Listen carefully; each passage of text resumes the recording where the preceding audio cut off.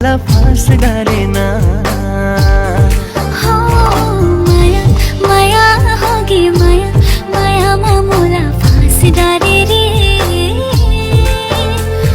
দেখো ভাই, আমি তাকে চিনি না, সেও আমাকে চিনে না, কিন্তু হঠাৎই একদিন সে আমাকে দিয়ে বসলো লারা। এই জন্য আজকে আমরা তার পাশে দিয়ে ঢুকাবো জনি ভাইয়ের 4x14 ইঞ্চির বিশাল বড় সেই বাড়া। দেখা যাক কতক্ষণ সে সহ্য করতে পারে সেই লারা।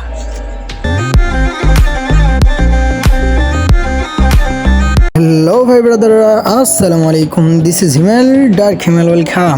Welcome to dark Himel. তো সবাই কেমন আছো? আশা করি সবাই ভালো আছো বলেই তো রোস্ট ভিডিও দেখতে আসছো।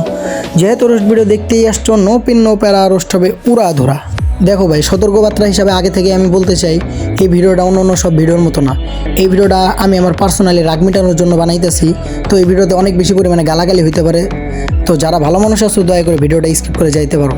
তো যারা ভিডিওটা দেখতেছো তাড়াতাড়ি ফোনে হেডফোন লাগায় নাও, নাহলে ফোনের সাউন্ডটা কমায় নাও। কারণ তুমি যদি তোমার আম্মুর হাতে ঝাড়ুর বাড়ি খাও তাহলে আমার কিন্তু কোনো দোষ নেই। কারণ এই ভিডিওতে তৃতীয় লিঙ্গের এক হিজলাকে ইচ্ছা মতো দোচানো হবে। তো চলো গুরু, বেশি কথা না বাড়িয়ে ভিডিওতে লাইক মেরে ভিডিওটা করি শুরু। आप कहाँ के ज्ञानी बाबा? একদিন আমার ফোনে র্যান্ডম একটা নাম্বার থেকে ফোন আসে। তারপরে আমি ফোনটা রিসিভ করে সালাম দিই। ওই পাশ থেকে একটা আমি সালামের উত্তর নিয়ে আমাকে জিজ্ঞেস করলো, ভাই আপনি নাকি রোস্ট ভিডিও বানান? তার কথার নয় শুনে আমি বুঝতে পারি যে সে একটা টিকটকার।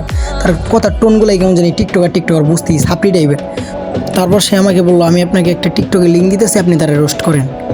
আরে হালা টিকটকার বস্তি খানকির বলা চুত মারানির বাচ্চা, তুই রোস্টিং বলতে কি বুঝোস? রোস্টিংয়ের মানে বুঝোস? তুই কি মনে করছ রোস্ট মানে হইতাছে গিয়া ঝাড়ে তারে ধরে পচাই দেওয়া? আরে খানকির বাচ্চা, রোস্টের মানেই তো বুঝোস না, মাঙ্গিন নাতি, তুই ঝাড়ে তারে ধরে এমনি করে রোস্ট করতে কস? আরে রোস্ট হইতাছে গিয়া, রোস্ট এর একটা শিল্প, ঠিক আছে? রোস্টাররা শুধু হুদায় মানুষের ধরে রোস্ট করে না। রোস্টিংটা হইতাছে একটা প্রতিবাদ, ঠিক আছে? অন্যায়ের বিরুদ্ধে প্রতিবাদ করে। যারে তারে ধরে তারা আমরা রোস্ট করি না। যারা অন্যায় করে, অনলাইনে এসে যারা আকাম কুকাম করে, তাদেরকে ধরে আমরা রোস্ট করি, তাদেরকে ধরে পচাই, যাতে পরবর্তীতে তারা এই কাজটা না করে। আর তোরা এইটারে কি মনে করো শালা বস্তির বাচ্চারা?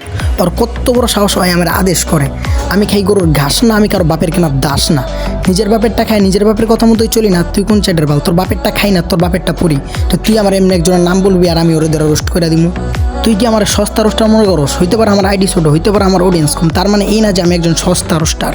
যারে পাবো তারাই ধরে রোস্ট করে দিব। রোস্ট করার আগে আমি তার বিষয়ে খোঁজখবর নিয়ে তার বিষয়ে ভালো করে যাই না, তারপর রোস্ট করার চেষ্টা করি। আর তুই এইসব এমনি একজনের বলবি আর আমি তারা ধরে রোস্ট করে দেবো? আরে আগে তুই তো নিজের অবস্থাটা ভাব, তারপর আরেকজনের নাম বলিস। তো যাই হোক, তারপরে এই মেয়ের বিষয়ে জানার জন্য আমি আমাদের রোস্টিং কমিউনিটি সবার কাছে ইনফরমেশন পাঠাই, কিন্তু কেউ এই মেয়ের ভালো করে চিনে না। তো তারপরে হঠাৎই আমার সামনে একটা ভিডিও আসে। মেনশন দাও আমার বান্ধবীর জামাইকে, দেখুক সে আমার বান্ধবী কতটা কিউট। একটু কালো কালো লাগতেছে মনে হয়, কোনো ব্যাপার না, আমরা হচ্ছে ন্যাচারালি সুন্দরী, গড গিফটেড বিউটিফুল। ওকে, মেনশন দাও ওর বয়ফ্রেন্ডকে, তাড়াতাড়ি। তো এই ভিডিওটা দেখার পরে পাশের মেয়েটাকে আমি চিনি। তো সে আমার এক ফ্রেন্ডের বোন হয়। তো আমি আমার সেই ফ্রেন্ডকে তখনই ফোন দিয়ে তারপরে জানতে পারি যে ওই মেয়েটা নাকি তাদের বাসায় থাকে। তো তার বিষয়ে ভালো করে খোঁজখবর নিয়ে আমি জানতে পারলাম যে সে আসলে মাইয়া না, সে হইতেছে একটা পোলা। তার নাম হইতেছে গিয়ে আলিফ। কিন্তু সালাই যে একটা বাইঞ্চো দেয় আমি জানতাম না রে ভাই। জীবনে বাইঞ্চোদ অনেক প্রকার দেখছি, কিন্তু ভাই ওর মতো বাইঞ্চোদ প্রোম্যাক্স আমি জীবনে একটাও দেখি নাই। শালা একটা বেড়া হয়ে আলায় মানে মাইয়া মতো মানে সারাদিন যে সাইজা থাকে ওর লজ্জাও করে না। আবার মানে অনলাইনে জামাই খোঁজে। শালায় মানে কী পরিমাণে ভাই বেলজ্জা আর বেহায়া হইলে এরকম কাজ করতে পারে?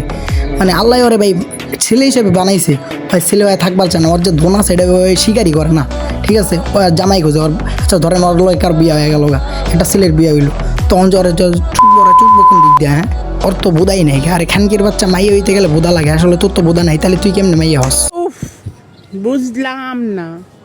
সবাই শুধু বলে চলো ঘুরতে যাই, কেউ আর বলে না চলো থাইল্যান্ড যাই, থাইল্যান্ড থেকে ঘুরে আসি। এইভাবে না অফার করলে যাওয়া যায়? এই কীরকমভাবে তোমরা ঘোরার অফার করো বলো তো? আরে হিজলার বাচ্চা, তোর যখন এতই ঘোরার ইচ্ছা তখন তুই অন্য হিজলাদের মতো করে টাকা ইনকাম করে তুইও তো ঘুরতে পারস।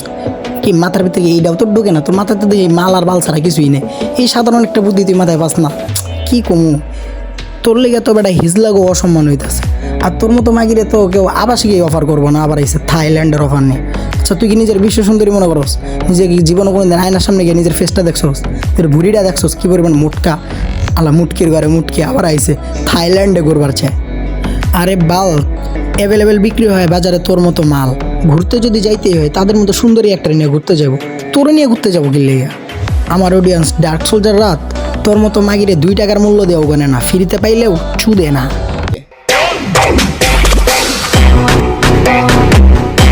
ভালোবাসা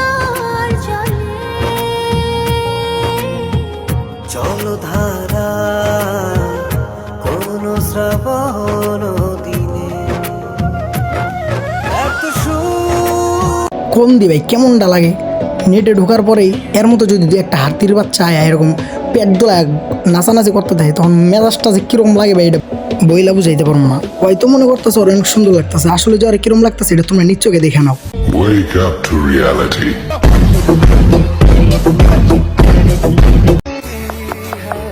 Excuse me? मेरी जिंदगी है तू। শেষ ইজ্জত মারছে রাকিব কই রে, তোরা দিয়ে প্রপোজ করে দিল। ও সরি সরি সরি, আচ্ছা ওই তো হিজলা, ওই আই লাভ ইউটা কারে কইলো, বেড়া মানুষ করে কইলো না বেড়ি মানুষ করে কইলো? আসলে ভাই আমি একটু কনফিউশনে আছি। আসলে ওর বিষয়ে জানার পরে আমি ফার্স্টে কনফিউশন হয়ে গেছিলাম যে ভিডিওতে আমি কি বলবো, আলিফ ভাই বলবো নাকি আলিফ বলবো না আরফা বলবো না আফরিন বলবো। আমি তো ভাই অনেক বড় একটা কনফিউশনে পড়ে গেছিলাম। তো পরে বুঝতে পারলাম যেহেতু হিজলা ওরা কোনোটাই কর দরকার নেই, অনলি ওয়ান মাগি ঠিক আছে। মেনশন দাও তোমার চ্যাট লিস্টের 3 নম্বর ব্যক্তিকে যে আমার জামাই হওয়ার যোগ্যতা রাখে। হ্যাঁ গোষ্ঠী মারছে, ওর জামাই হইতে নাকি আবার যোগ্যতা লাগবে। বাইরে ভাবে একটা পোলা আবার জামাই খুঁজতে আছে, তা আবার যোগ্যতা লাগবে ওর জামাই হইতে গেলে। আচ্ছা ভাই আমি একটা জিনিস বুঝলাম না, ওর বাপ মারে কোনো কিছু কয় নাকি লেগে? আসলে ওর বাপ মায়ের ভিতরে ভেজাল আছে, আসলে ওর জন্ম সমস্যা। ওর জন্মটা যে ঠিকঠাক মতো হইতো আমার মনে হয় তাহলে এরকম কাজ করতে পারতো না। আসলে কন্ডম দুর্ঘটনায় জন্ম হওয়া সেই সন্তানটা আসলে ওই ছিল। আসলে হয়েছে কি আমি আপনাদেরকে খুলে বলতেছি, ওর বাপে কিপটামি মারা একটা কম দামি কন্ডম দিয়েছিল ওর মায়ের চোদার লেগে, কিন্তু ওর মায়ের চোদার সময় কন্ডমটা ফাইটা বেশি জোরে গোতা দিয়েছিল, যার কারণে কন্ডমটা ফাইটা মালটা ওর মায়ের ভুদার মধ্যে ঢুকছিল, যার কারণে ওর মতো একটা কুত্তার বাচ্চা জন্ম হয়েছে। যে কুত্তার বাচ্চা কিনা এখন অনলাইনে এসে এরকম আকাম কুকাম শুরু করছে। তো যাই হোক ও ওর মতো আকাম কুকাম করতে থাকুক, আমরা আমাদের মতো রোস্টিং করতেই থাকি। তো ভিডিওটা কেমন হয়েছে কমেন্টে জানাই দিয়েন, ভিডিওটা ভালো লাগলে একটা লাইক করে দিন, নেক্সট কাকে নিয়ে ভিডিও চান কমেন্টে জানাই দিন। তো আজকে এখানেই বিদায় নিচ্ছি, খোদা হাফেজ।